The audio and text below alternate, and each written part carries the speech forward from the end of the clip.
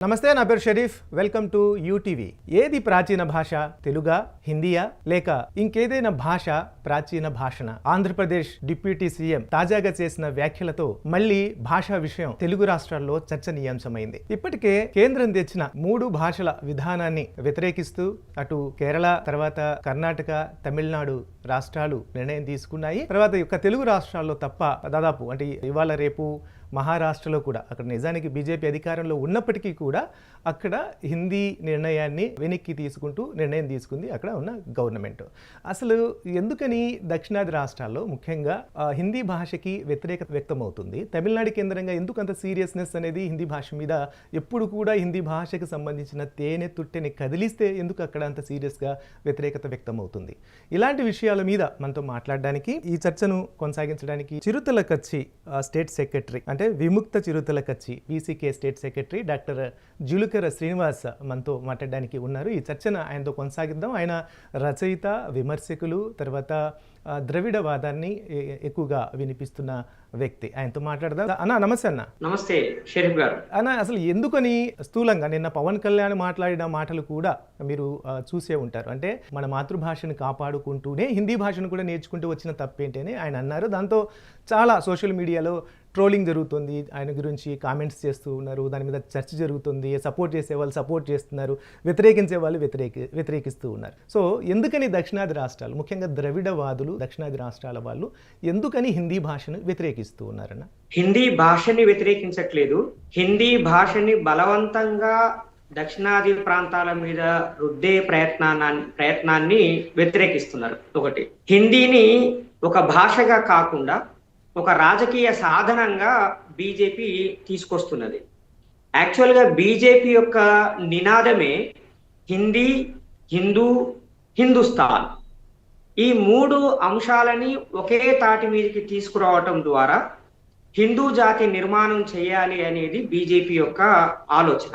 Janasena, BJP కూటమి, TDP కూటమిగా ఏర్పడి ఆంధ్రప్రదేశ్లో అధికారంలోకి వచ్చిన తర్వాత పవన్ కళ్యాణ్ గారు డిప్యూటీ సీఎం అయ్యారు. పవన్ కళ్యాణ్ గారు ఒక సినిమా సెలబ్రిటీ. ఆయనకి తెలుగు భాష మాట్లాడే వాళ్ళలో చాలా మంది అభిమానులు ఉన్నారు. అందువల్ల పవన్ కళ్యాణ్ ఇమేజ్ని, ఆయనకున్న సెలబ్రిటీ స్టేటస్ని ఉపయోగించుకోవాలని ఆర్ఎస్ఎస్, బీజేపీ ఒక ప్రయత్నం చేస్తుంది. అందులో భాగంగానే ఆయన స్క్రిప్టెడ్ ప్రసంగాలన్నీ ఇస్తున్నాడు. అందులో భాగంగానే ఆయన ఈ అఫీషియల్ లాంగ్వేజ్ డేకి సంబంధించిన ఒక సెరిమనీలో పాల్గొని ఆ రకంగా ఆయన మాట్లాడడం జరిగింది. ద్రవిడ భాషలు అనేటివి హిందీ భాష కన్నా పురాతనమైనవి, సంస్కృతం కన్నా పురాతనమైన భాషలు. అంతకుముందు ఈ దేశంలో హిందీ అనే భాష లేదు, ద్రవిడ భాషలే ఉన్నాయి. ముఖ్యంగా తమిళ భాషే ఉన్నది. బాబాసాహెబ్ అంబేద్కర్ హూవర్ అన్టచబుల్స్ అనే పుస్తకంలో ఆసేతు హిమాచలము ఈ దేశ ప్రజలు మాట్లాడుకున్న భాష తమిళం అని అన్నాడు. తమిళం నుంచే దమిళం వచ్చింది, దమిళమే ద్రవిడమైంది, ద్రవిడమే రకారం చేరడం ద్వారా ద్రవిడమైంది. అందుకని తమిళ భాష అత్యంత ప్రాచీనమైన భాష. ఆ ప్రాచీన భాష ఇతర భాషల యొక్క దాడులని తట్టుకొని నిలబడ్డది. అదేవిధంగా తమిళ భాష నుంచి ఏర్పడ్డయే తెలుగు, కన్నడము, కుయి, గోండి, కువి ఇలాంటి అన్ని భాషలు ద్రవిడ భాషా కుటుంబానికి చెందినటువంటి భాషలన్నీ ఉన్నాయి. కాబట్టి ద్రవిడ భాష కుటుంబానికి చెందినటువంటి భాషలతో పాటు మిగతా భాషలు కూడా వాటి అస్తిత్వం కోసం పోరాడుతున్నాయి. షరీఫ్ గారు గమనించండి, ఇప్పుడు మహారాష్ట్రలో మరాఠీ భాషని కాపాడుకోవడానికి మరాఠీ ప్రజలు పోరాడుతున్నారు. నాకు అర్థం కాదు ఒకటే విషయం ఏంటంటే, హిందీ భాషని దక్షిణాది మీద లేకుంటే దేశంలో ప్రతి వాళ్ళు మాట్లాడాలి అనే అభిప్రాయం వెనక వాళ్ళ ఉద్దేశాలు ఏవైనా ఉండనిగాక, బట్ దక్షిణాదిలో వాళ్ళు వ్యతిరేకించడానికి ప్రత్యేకమైన కారణాలు ఏంటి? హిందీ భాషని మీరు అలో చేసినట్లయితే స్థానికంగా ఉన్న దక్షిణాది భాషలన్నీ పతనమవుతాయి, లేకుంటే మనకు స్థానికంగా ఉన్న సంస్కృతి అంతా కలుషితం అయిపోతుంది అనే ఒక వాదన వినిపిస్తుంది. దాంట్లో ఎంతవరకు నిజం ఉంది? చాలా నిజం ఉన్నది. ఎందుకంటే ప్రపంచంలో చాలా భాషలు ప్రతి సంవత్సరం కనుమరుగవుతూ ఉన్నాయి. ముఖ్యంగా హిందీ భాషని ఈ దక్షిణాది భాషల మీద రుద్దడానికి ప్రయత్నం చేస్తే దక్షిణాది భాషలు కూడా కనుమరుగయ్యే ప్రమాదం ఉన్నది. 3 భాషల సిద్ధాంతాన్ని 1960లోనే కేంద్ర ప్రభుత్వం ప్రవేశపెట్టడం ద్వారా తెలంగాణ ప్రాంతంలో ప్రతి ప్రభుత్వ స్కూల్లో కూడా హిందీని కంపల్సరీ లాంగ్వేజ్ గా చేశారు. హిందీని కంపల్సరీ లాంగ్వేజ్ గా చేయడం మూలంగా ఈ తెలంగాణ ప్రాంతంలో చదువుకున్న ప్రతి ఒక్కరు కూడా హిందీని ఎంతో కొంత నేర్చుకున్నారు. వాళ్ళు హైదరాబాద్కు లేదంటే ఢిల్లీ ఇలాంటి ప్రదేశాలకు వెళ్ళిన తర్వాత వాళ్ళు తెలుగు భాషను మర్చిపోయి హిందీ భాషలోనే మాట్లాడుకుంటా ఉన్నారు. అందుకని క్రమంగా తెలుగు మాట్లాడే వాళ్ళ సంఖ్య తగ్గిపోయి హిందీ మాట్లాడే వాళ్ళ సంఖ్య పెరిగిపోతే అది అంతరించిపోయే అవకాశం ఉన్నది. కాబట్టి తమిళ ప్రజలైనా, తెలుగు ప్రజలైనా, కన్నడ ప్రజలైనా, మరాఠీ ప్రజలైనా ఎవరైనా సరే వాళ్ళు పుట్టి పెరిగిన తల్లి భాషని కాపాడుకోవడానికి ప్రయత్నం చేస్తారు. అన్న, హిందీ భాష వల్ల స్థానికంగా ఉన్న భాషలు చాలా వరకు అంతరించిపోయే అవకాశం ఉంది, స్థానికంగా ఉన్న సంస్కృతులు కలుషితమయ్యే అవకాశం ఉంది, దెబ్బతినే అవకాశం ఉంది అని మీరు అంటున్నారు కదా. సో అట్లాంటి ఆధారాలు ఏమైనా ఉన్నాయా? అంటే నేను ఈ మధ్యకాలంలో ఒక ఆర్టికల్ కూడా చదివి ఉన్నా. అదేంటి అని అంటే ఉత్తరాదిలోనే చాలా చిన్న భాషలన్నీ కూడా హిందీ భాష వల్ల దెబ్బతిన్నాయి, అవి లేకుండా పోయాయి, చివరికి హిందీ భాషనే మాట్లాడుకునే పరిస్థితి వచ్చింది అనే ఒక ఆర్టికల్లో ఉన్న దాని సారాంశం. అది ఎంతవరకు నిజం? నిజమే కదా. ఉదాహరణకి మధ్యప్రదేశ్ ప్రాంతంలో మైథిలి లాంగ్వేజ్ మాట్లాడతారు, బీహార్ లో భోజ్పురి మాట్లాడతారు, ఒరిస్సాలో ఒడియా మాట్లాడతారు. అదే విధంగా మీకు హర్యానాకు సంబంధించిన హర్యానాలో, ఉత్తరప్రదేశ్ లో ఖడిబోలి మాట్లాడతారు. కానీ ఢిల్లీని దేశ రాజధానిగా చేసిన తర్వాత అక్కడి నుంచి హిందీని బాగా ప్రచారం చేయడం మూలంగా హిందీ మాట్లాడే వాళ్ళ సంఖ్య పెరిగి ఖడిబోలి భాష అనేది అంతరించిపోయింది, మైథిలి లాంగ్వేజ్ అనేది అంతరించిపోయింది. మీకు ఒక విషయం చెప్తాను, మీరు దయచేసి గుర్తు పెట్టుకోండి. ఇప్పుడు తులసీదాసు రామచరితమానస్ రాశాడు. ఏ భాషలో రాసిండు? ఆయన మైథిలి భాషలో రాశాడు. అలాంటి మైథిలి భాష నుంచి సంస్కృతంలోకి వచ్చింది, సంస్కృతం నుంచి హిందీలోకి వచ్చింది. ఇప్పుడు అసలు మైథిలి భాషలోనే రామచరితమానస్ దొరకని పరిస్థితికి వచ్చింది. అందుకని మధ్యప్రదేశ్ లో మాట్లాడే చాలా భాషలు కనుమరుగైపోయినాయి. ఇంకా చిన్న తెగలు మాట్లాడుకునేటువంటి భాషలు కనుమరుగైపోయినాయి. కాబట్టి హిందీ అనేది ఒక అఫీషియల్ లాంగ్వేజ్ మాత్రమే. ఆ అఫీషియల్ లాంగ్వేజ్ అధికార యంత్రాంగం మాట్లాడుకునే విషయం. ఉత్తర ప్రత్యుత్తరాలు కానీ జీవోలు కానీ వెలువరించడానికి ఉపయోగపడే భాష మాత్రమే, ప్రజలు మాట్లాడుకునే భాష కాదు. మన దేశంలో ఎప్పుడు హిందీ అనేది ఒక కామన్ లాంగ్వేజ్ గా లేదు. 400 సంవత్సరాలకి ముందు కూడా అనేక భాషలు ఉన్నాయి. ప్రతి రాష్ట్రానికి ఒక ప్రత్యేకమైన భాష ఉన్నదండి షరీఫ్ గారు. ఒక దక్షిణాది భాషల విషయం మాత్రమే కాదు, ఉత్తరాదిలో ఉన్న కూడా ప్రతి ప్రాంతానికి ఒక లాంగ్వేజ్ ఉన్నది. అవునన్నా, కేరళ సీఎం ఈ మధ్య కాలంలోనే మొత్తము 8వ షెడ్యూల్లో, అంటే రాజ్యాంగంలో ఉండే 8వ షెడ్యూల్లో ఉన్న 22 భాషల్ని కూడా సమానంగా చూడాల్సిన అవసరం భారతదేశానికి ఉంది అని అన్నారు. ఆ వ్యాఖ్యలను ఎలా చూడాల్సి ఉంటుంది? 100% సమానంగా చూడాలి. పైగా కాన్స్టిట్యూషన్ లో ఉన్న 8th షెడ్యూల్లో చాలా స్పష్టంగా పేర్కొనడం జరిగింది. మేము ఇస్తున్నటువంటి ఈ లిస్టు ఏదైతే ఉన్నదో ఒకదాని కింద ఒకటి పెట్టినంత మాత్రాన ఒకటి పెద్దది, ఒకటి గొప్పది, రెండోది చిన్నది అని కాదు. ఇందులో ఉన్న భాషలన్నింటికి సమానమైన గౌరవం ఉంటది అని రాజ్యాంగంలో పేర్కొనడం జరిగింది. కానీ ప్రాక్టీస్ లో ఏం జరుగుతుంది? ప్రాక్టీస్ లో సంస్కృతానికి, హిందీకి ఇచ్చినటువంటి ప్రాధాన్యత స్థానిక భాషలకు ఇవ్వట్లేదు. గట్టిగా 25,000 మంది కూడా మాట్లాడలేని, కనీసం చదువుకోలేని సంస్కృతానికేమో ఒక్క సంవత్సరంలోనే 2,000 కోట్ల రూపాయలు ఖర్చు పెట్టారు. అదే తెలుగు, తమిళము, కన్నడం లాంటి స్థానిక భాషల అభివృద్ధి కోసం మాత్రము 100 కోట్లు కూడా ఈ కేంద్ర ప్రభుత్వం ఖర్చు పెట్టలేదు. అంతే స్థాయిలో రాష్ట్ర ప్రభుత్వాలు కూడా ఖర్చు పెట్టట్లేదు. అందుకని ఇది ఒక అతిపెద్ద ప్రమాదం ఉన్నది. దానికి వ్యతిరేకంగానే దేశంలో ఉన్న దక్షిణాది రాష్ట్రాలన్నీ వ్యతిరేకంగా పోరాడుతున్నాయి. ఆ మాటకొస్తే ఇతర భాషా ప్రాంతాల వాళ్ళు కూడా వ్యతిరేకిస్తున్నారు. పంజాబీలు వ్యతిరేకిస్తున్నారు, అస్సామీలు వ్యతిరేకిస్తున్నారు. అంతెందుకు నరేంద్ర మోడీ ఎక్కడి నుంచి అయితే ముఖ్యమంత్రిగా ఎదిగి దేశానికి ప్రధానమంత్రి అయ్యిండో, గుజరాత్ లో ఉన్న వాళ్ళకి 90% గుజరాతీలకి హిందీ రాదండి. వాళ్ళు గుజరాతీయే మాట్లాడతారు. రాజస్థాన్ ఉంది, రాజస్థాన్ లో ఉండే వ్యాపార వర్గాలకి పాలక వర్గాలకి చదువుకున్న వాళ్ళకి మాత్రమే హిందీ వస్తది తప్ప గ్రామాల్లో కూలీనాలి చేసుకొని బతికే వాళ్ళకి ఎవరికి హిందీ రాదు. వాళ్ళకి రాజస్థానీ లాంగ్వేజే వస్తుంది. ఇక్కడ ఒక చిన్న విషయం అన్న, వాళ్ళు మీరు స్థానిక భాషల్ని నేర్చుకోవద్దు, మీ మాతృభాషని మీరు నిర్లక్ష్యం చేయండి అని ఏమాత్రం చెప్పడం లేదు. మేమైతే మాత్రం అంటే బీజేపీ కానివ్వచ్చు, లేకపోతే హిందీ భాషని సమర్థిస్తున్న వాళ్ళు చెప్తున్న మాట ఏంటి అని అంటే, మీరు మీ మాతృభాషను నేర్చుకోండి, మీ స్థానిక భాషల్ని, మీ స్థానిక సంస్కృతుల్ని గౌరవించుకోండి. అదే సమయంలో ఒక అదనపు భాష, ఒక జాతీయ భాషగా పరిగణిస్తున్న హిందీ భాషని నేర్చుకోవడానికి మీకు వచ్చిన ఇబ్బంది ఏంటి అనేది వాళ్ళ ప్రధానమైన ప్రశ్న. హిందీ అనేది జాతీయ భాష కాదు. ఫస్ట్ ఆఫ్ ఆల్ హిందీ అనేది అఫీషియల్ లాంగ్వేజ్, నేషనల్ లాంగ్వేజ్ కాదు. అధికార భాష, అది అడ్మినిస్ట్రేటివ్ భాష, అది జీవోలు చట్టాలు చేయటానికి ఉపయోగించే భాష. హిందీతో పాటు ఇంగ్లీష్ కూడా అనుకుంటా. English first official language English, అది కూడా సెంట్రల్ గవర్నమెంట్ కి. కానీ స్టేట్ గవర్నమెంట్ కి వచ్చే వరకనే ఇంకా ఇంగ్లీష్ తో పాటు అదనంగా ఇంకొక లాంగ్వేజ్ అఫీషియల్ లాంగ్వేజ్ గా ఉంటది. ఉదాహరణకి చాలా చోట్ల ఉర్దూ కూడా అఫీషియల్ లాంగ్వేజ్ గా ఉన్న పరిస్థితి. ఉర్దూ అనేది official language along with English. కాబట్టి నేషనల్ లాంగ్వేజ్ అంటూ అనేది లేదు.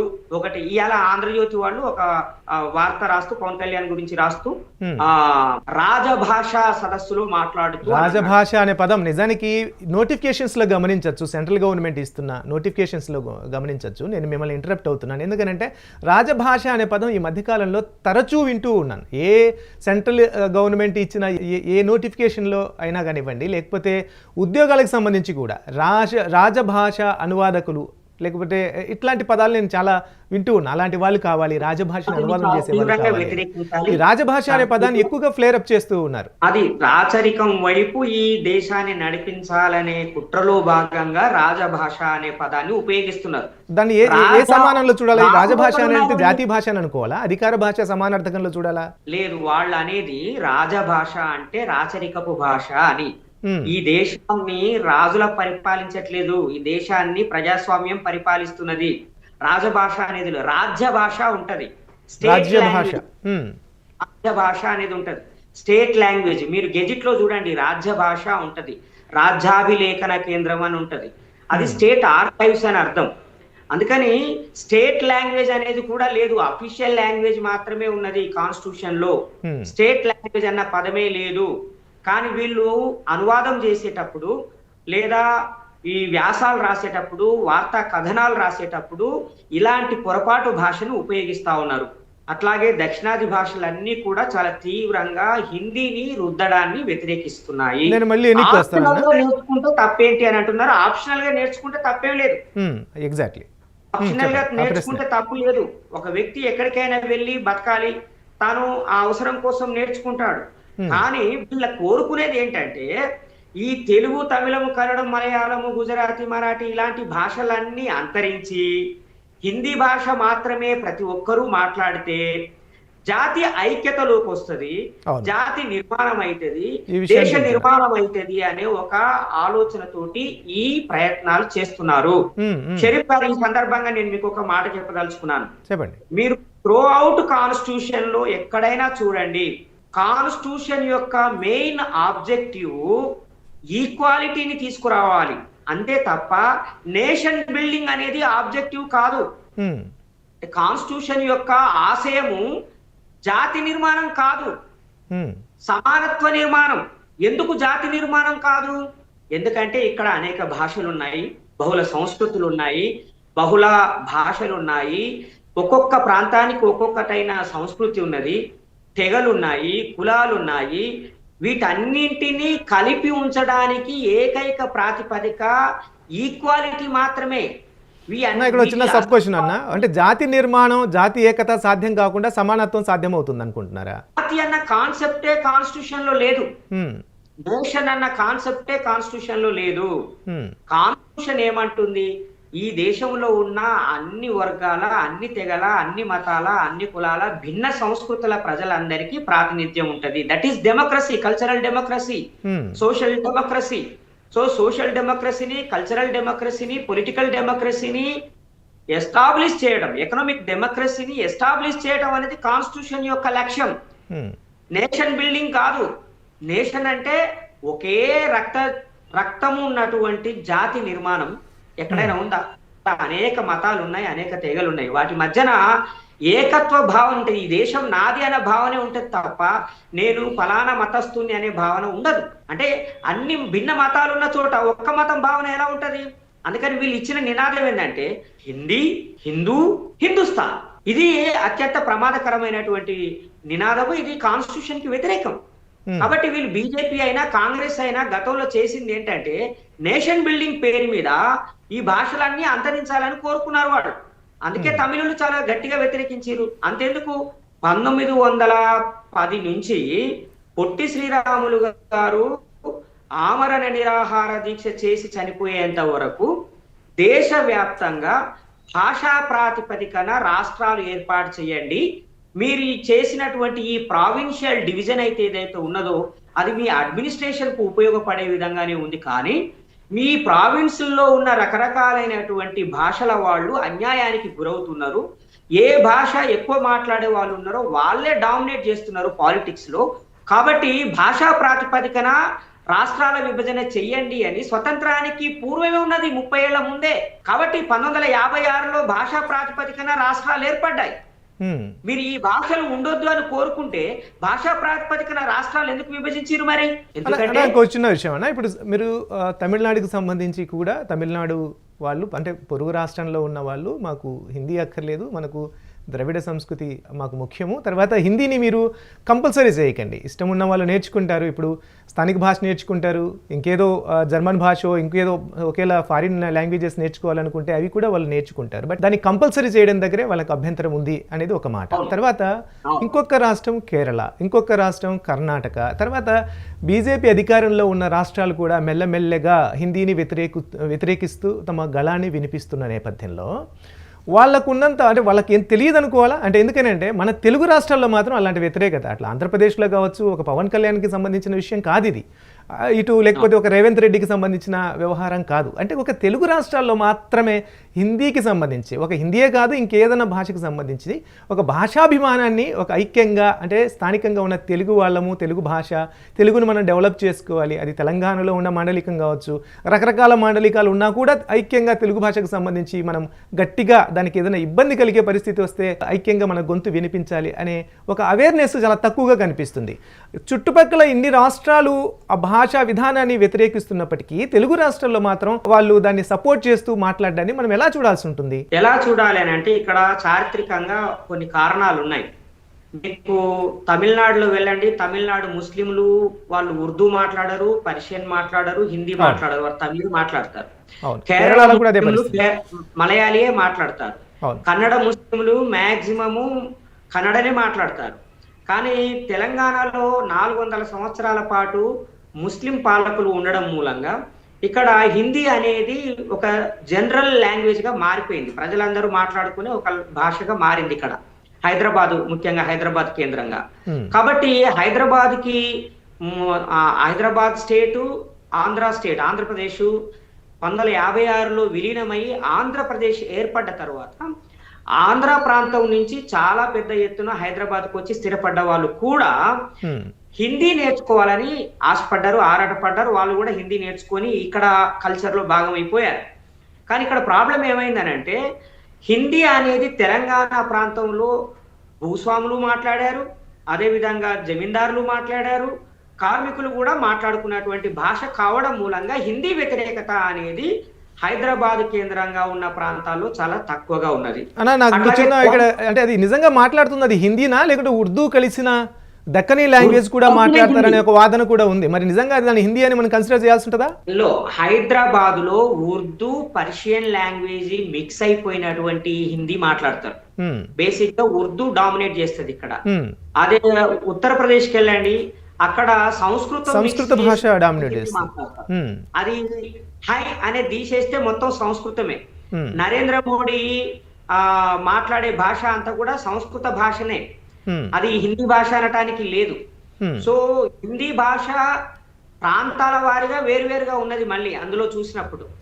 కానీ మనకి తెలంగాణలో ఉన్న హిందీ చాలా డిఫరెంట్. ఇక్కడ తెలంగాణ వాళ్ళు మాట్లాడే హిందీ ఉత్తరాదిలో ఉన్న వాళ్ళకి చాలా మందికి అర్థం కాదు, ఎందుకంటే పర్షియన్ మిక్స్ అయి ఉంటది, అట్లాగే ఇక్కడ ఉర్దూ మిక్స్ అయి ఉంటది, కొన్ని తెలుగు పదాలు కూడా అందులోకి వచ్చి చేరి ఉన్నాయి. అందువల్ల ఈ భాష మిగతా ప్రాంతాల వాళ్ళకి అర్థం కాదు. కాబట్టి నేను ఏమంటున్నానంటే తెలంగాణ ఆంధ్ర ప్రాంతాల్లో హిందీ పట్ల అంత తీవ్రమైన వ్యతిరేకత లేకపోవడానికి కారణము ఈ చారిత్రక కారణం అంటున్నా. అదే సమయంలో హైదరాబాద్ లో Hindi Persian language official language గా ఉన్నా, ఉర్దూ అఫీషియల్ లాంగ్వేజ్ గా ఉన్నా కూడా ఇక్కడ ఉద్యమం అంతా తెలుగు భాషలోనే జరిగింది. తెలంగాణ ఉద్యమం కూడా తెలుగు భాషలోనే జరిగింది.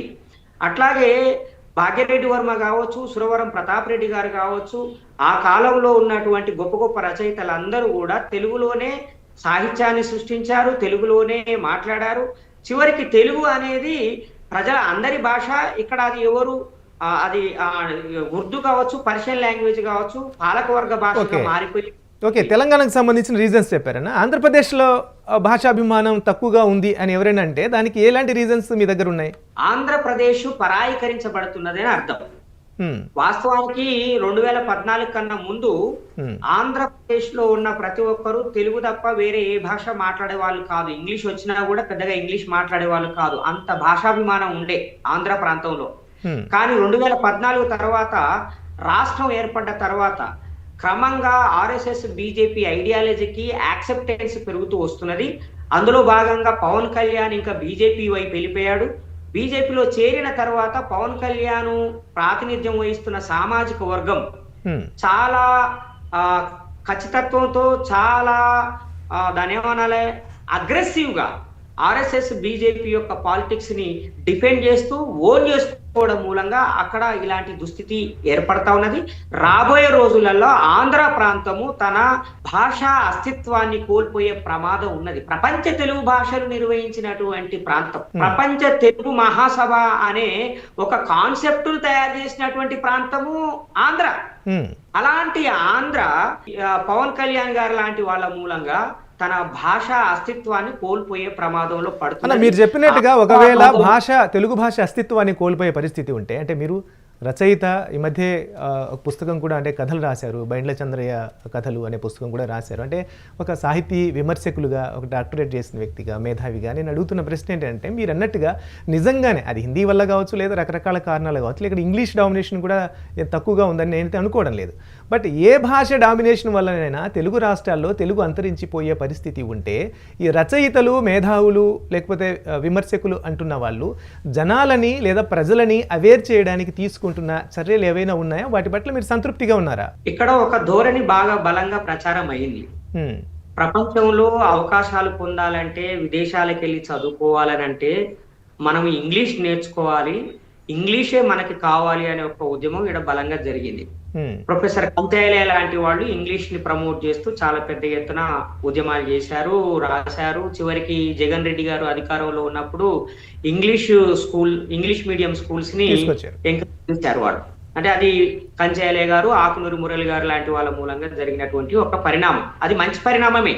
అయితే ఇక్కడ తెలుగు భాషని నిర్లక్ష్యం చేసే వాదనలు కూడా చాలా పెద్ద ఎత్తున ప్రచారం చేశారు. తెలుగు చదువుకుంటే భవిష్యత్తు ఉండదు, తెలుగు చదువుకుంటే మన పిల్లల జీవితాలు పాడైపోతాయి, కాబట్టి ఇంగ్లీష్ లో చదివించాలి అని చెప్పి ఒక ప్రచారం చేశారు. ఇంగ్లీష్ ఎడ్యుకేషన్ అనేది చాలా పెరిగింది. దానితో పాటు వాళ్ళు ఇంగ్లీష్ మీడియం స్కూళ్లలో హిందీని ప్రవేశపెట్టడం జరిగింది. ఈ పరిణామాన్ని ఎవరు గమనించలేదు. ఇంగ్లీష్ తో పాటు ఆన్ పార్ విత్ హిందీని ఇప్పుడు ఆంధ్రాలో ఉన్న స్కూల్స్ లో కావచ్చు, కాలేజీల్లో కావచ్చు, తెలంగాణలో ఉన్న స్కూల్స్ కాలేజీల్లో ప్యారలల్ గా ఈక్వల్ గా ఇంగ్లీష్ తో పాటు హిందీని ఒక ఆప్షన్ గా పెట్టి చదివిస్తున్నారు. తెలుగు చదువుకుంటున్న వాళ్ళ సంఖ్య తగ్గిపోయి హిందీని సెకండ్ లాంగ్వేజ్ గా తీసుకొని చదువుకుంటున్న వాళ్ళ సంఖ్య పెరిగింది. ఈ 30 ఏళ్ల కాలంలో జరిగిన పరిణామం ఏంటంటే, చిన్నపిల్లలందరూ కూడా హిందీలో నిష్ణాతులైనటువంటి పరిస్థితి వచ్చింది. వాళ్ళకి తెలుగు రాయటం కూడా రావట్లేదు. అంటే ఇంగ్లీష్ డామినేషన్ వల్ల అసలే తెలుగు చదువుతున్న వాళ్ళు తగ్గిపోయారు. అరకొరగా అక్కడ ఇక్కడ ఎవరైనా తెలుగు భాషని ఒక ఆప్షన్గా తీసుకున్నట్లయితే వాళ్ళ చేత హిందీ చదివిస్తూ ఉన్నారు. ఒకవైపు నుంచి ఇంగ్లీష్ డామినేషన్, మరోవైపు నుంచి హిందీ జాతీయవాదానికి సంబంధించిన ఒక ప్రభావం, ఈ రెండింటి మధ్య తెలుగు భాష అంతరించిపోయే అవకాశం ఉందని మీరు చెబుతున్నమాట, అంతేనా? అంతరించిపోవడానికి మూలము ఏ భాష అయినా కనుమరుగయ్యే దశ ఒకటి ఉంటది, అది స్క్రిప్ట్. లిపి. చాలా మంది తెలుగు ఇప్పుడు ఇంగ్లీష్ మీడియం చదువుకున్న పిల్లలకి అవును, ఏ భాష అయినా మొదట చచ్చిపోతుంది అంటే లిపి పరంగా చచ్చిపోవడం. ఇప్పటికి కూడా చాలా మంది జనరేషన్స్ తెలుగు రాయాల్సి వస్తే ఇంగ్లీష్ లో రాసుకుంటున్నారు. నేను అది గమనించిన విషయమే. నేను చెప్తున్నా, తెలుగు రాయాల్సిన పిల్లలు తెలుగు వర్ణమాల నేర్చుకోక, అక్షరమాల నేర్చుకోక, ఇంగ్లీష్ లోనే ఆ రాయటము, ఈ రాయటము, అంటే తెలుగు భాష పదాలన్నింటినీ కూడా ఇంగ్లీష్ లో రాయటమో హిందీలో రాయటమో చేస్తున్నారు. అంటే ఫస్ట్ లిపి పరంగా ఒక భాష మరణిస్తుంది, తర్వాత మౌఖికంగా ఆ భాష మరణిస్తుంది, మాట్లాడకపోవడం మూలంగా మరణిస్తుంది. ఇప్పుడు మనం ఫస్ట్ స్టేజ్ లో ఉన్నాం. ఈ ఫస్ట్ స్టేజ్ రాబోయే రోజుల్లో సెకండ్ స్టేజ్కి వెళ్ళిపోతుంది. ఆ తర్వాత ఈ సమస్య అనేది అతి పెద్ద సమస్యగా మారుతుంది. ఇంకొక కారణం కూడా నేను చెప్పదలుచుకున్నాను షరీఫ్ గారు. చెప్పండి. ఉత్తర భారతము నుంచి దక్షిణాదిలోకి ఇన్ఫిల్ట్రేషన్ ఎక్కువ సంఖ్యలో జరిగింది. అంటే వ్యాపార వర్గము, ఉత్తరాది వ్యాపార వర్గము పెద్ద సంఖ్యలో తెలంగాణ, ఆంధ్ర పల్లెల్లోకి, తమిళనాడు, కర్ణాటక లాంటి మన ప్రాంతంలోకి ఎక్కువ సంఖ్యలో వచ్చారు. వాళ్ళు ఇక్కడ స్థానిక భాషలు నేర్చుకోవట్లే, వాళ్ళు వాళ్ళ భాషను నేర్పుతున్నారు. మనం దుకాణంలోకి వెళ్ళి ఏదో ఓదో క్యాహే ఓ చాయే ఏ చాయే అని అనాల్సి వస్తుంది తప్ప నాకు ఇది కావాలి అది కావాలి అని తెలుగులో చెబితే ఆ అమ్మే వ్యక్తికి రాదు. కాబట్టి అమ్మేటోడు హిందీ నేర్పుతున్నాడు ఇక్కడ. సో వ్యాపార భాషగా కూడా ఇతర భాషలే రాజ్యం చెలాయిస్తున్నాయి. ఇక్కడి ప్రజలకి అనివార్యంగా ఈ మార్కెట్ హిందీని నేర్చుకునే పరిస్థితి క్రియేట్ చేస్తున్నది. నరేంద్ర మోడీ వచ్చిన తర్వాత 2014 నుండి ఇప్పటి వరకు ప్రతి గ్రామంలోకి 2000 మంది ఉన్న ప్రతి గ్రామంలోకి ఉత్తరాది వ్యాపారులు వచ్చారు. అట్లాగే కార్మిక రంగంలోకి పెద్ద ఎత్తున మన ఉత్తరాది వాళ్ళు వచ్చారు. వాళ్ళు బీహార్ వాళ్ళు కావచ్చు, ఒరిస్సా వాళ్ళు కావచ్చు, లక్నో నుంచి వచ్చిన వాళ్ళు కావచ్చు. మీరు ఎక్కడైనా సరే మీరు సెక్యూరిటీ గార్డులుగా వాళ్ళనే చూస్తారు, అట్లాగే హోటల్ మేనేజ్మెంట్ లో వాళ్ళే చూస్తారు.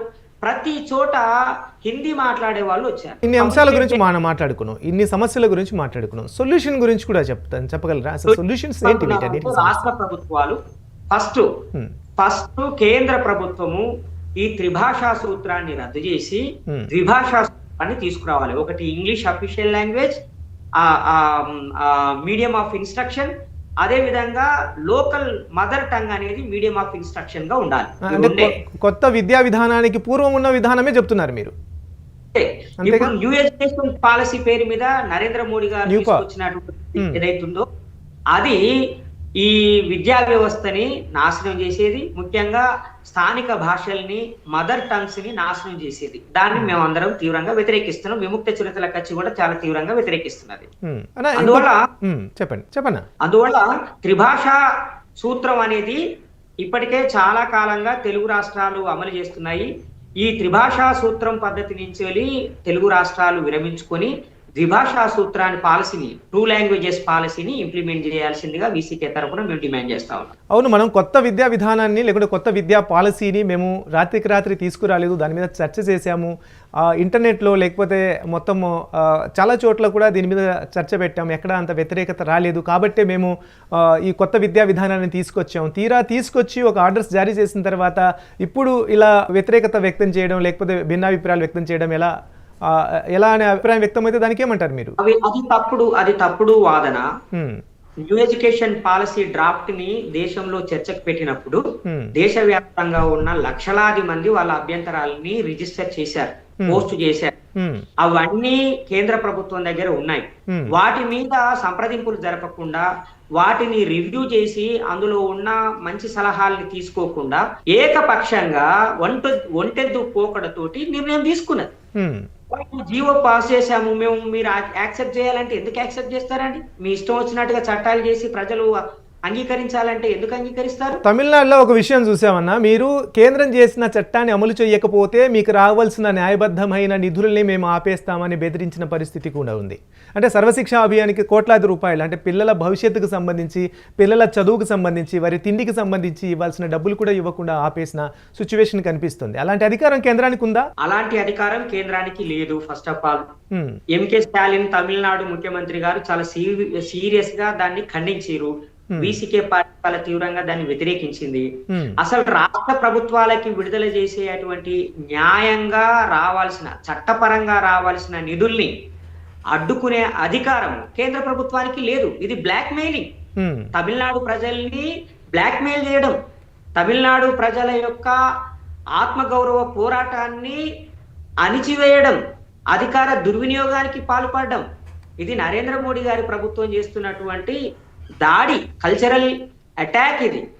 అన్న చివరి ప్రశ్న అన్న, ఇప్పుడు మహారాష్ట్రలో కూడా మరాఠీ మాట్లాడడానికి నిరాకరించినందుకు అక్కడ దాడి చేస్తే ఈ మధ్యకాలంలో అదో పెద్ద చర్చకు దారి తీసింది.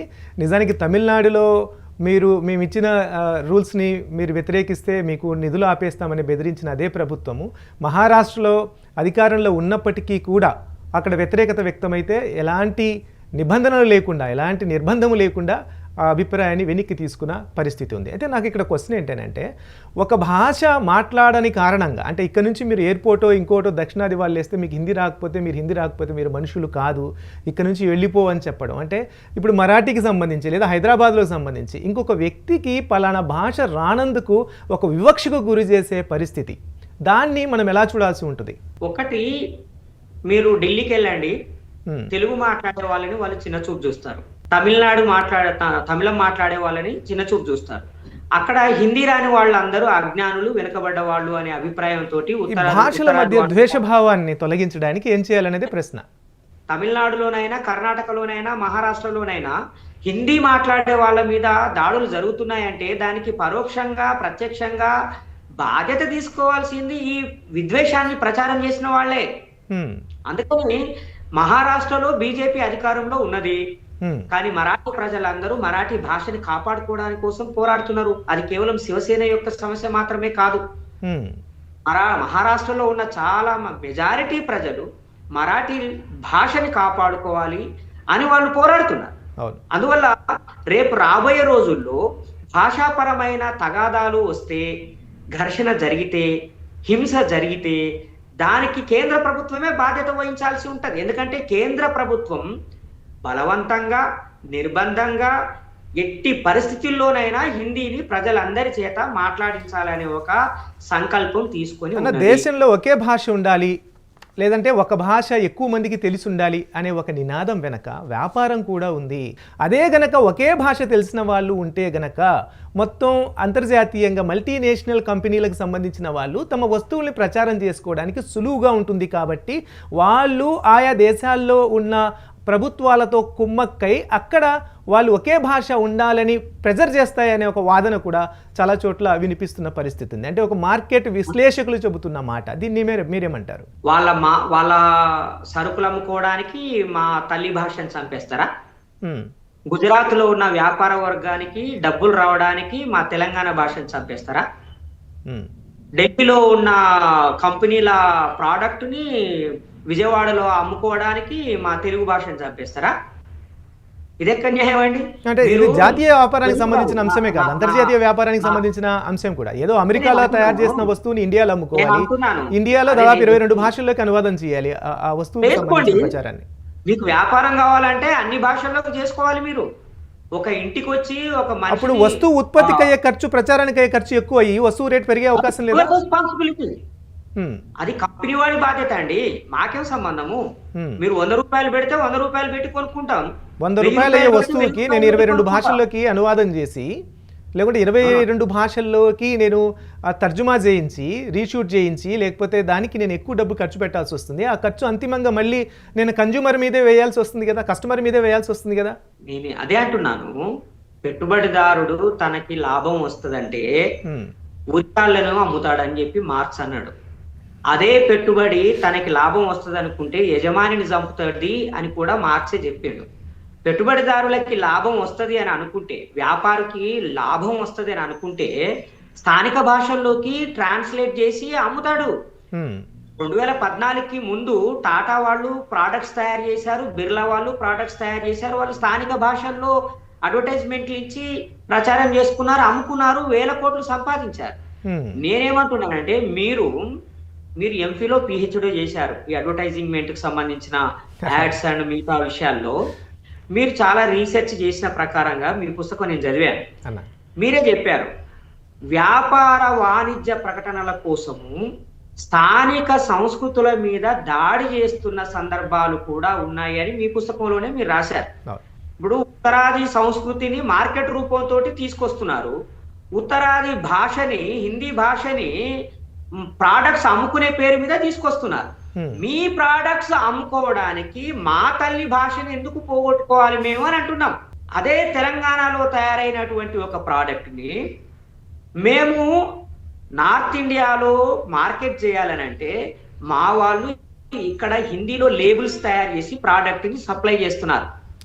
మీరు నార్త్ ఇండియాలో ప్రోడక్ట్ తయారు చేస్తే మా హైదరాబాద్ లోనో లేకపోతే విజయవాడలోనో ప్రోడక్ట్ అమ్మాలనుకుంటే తెలుగులో లేబుల్ ఎందుకు తయారు చేయరు? మీరేమో మీ భాషను వదులుకోరు, మేం మాత్రం మా భాషను వదులుకోవాలి. ఇదెక్కడి న్యాయం?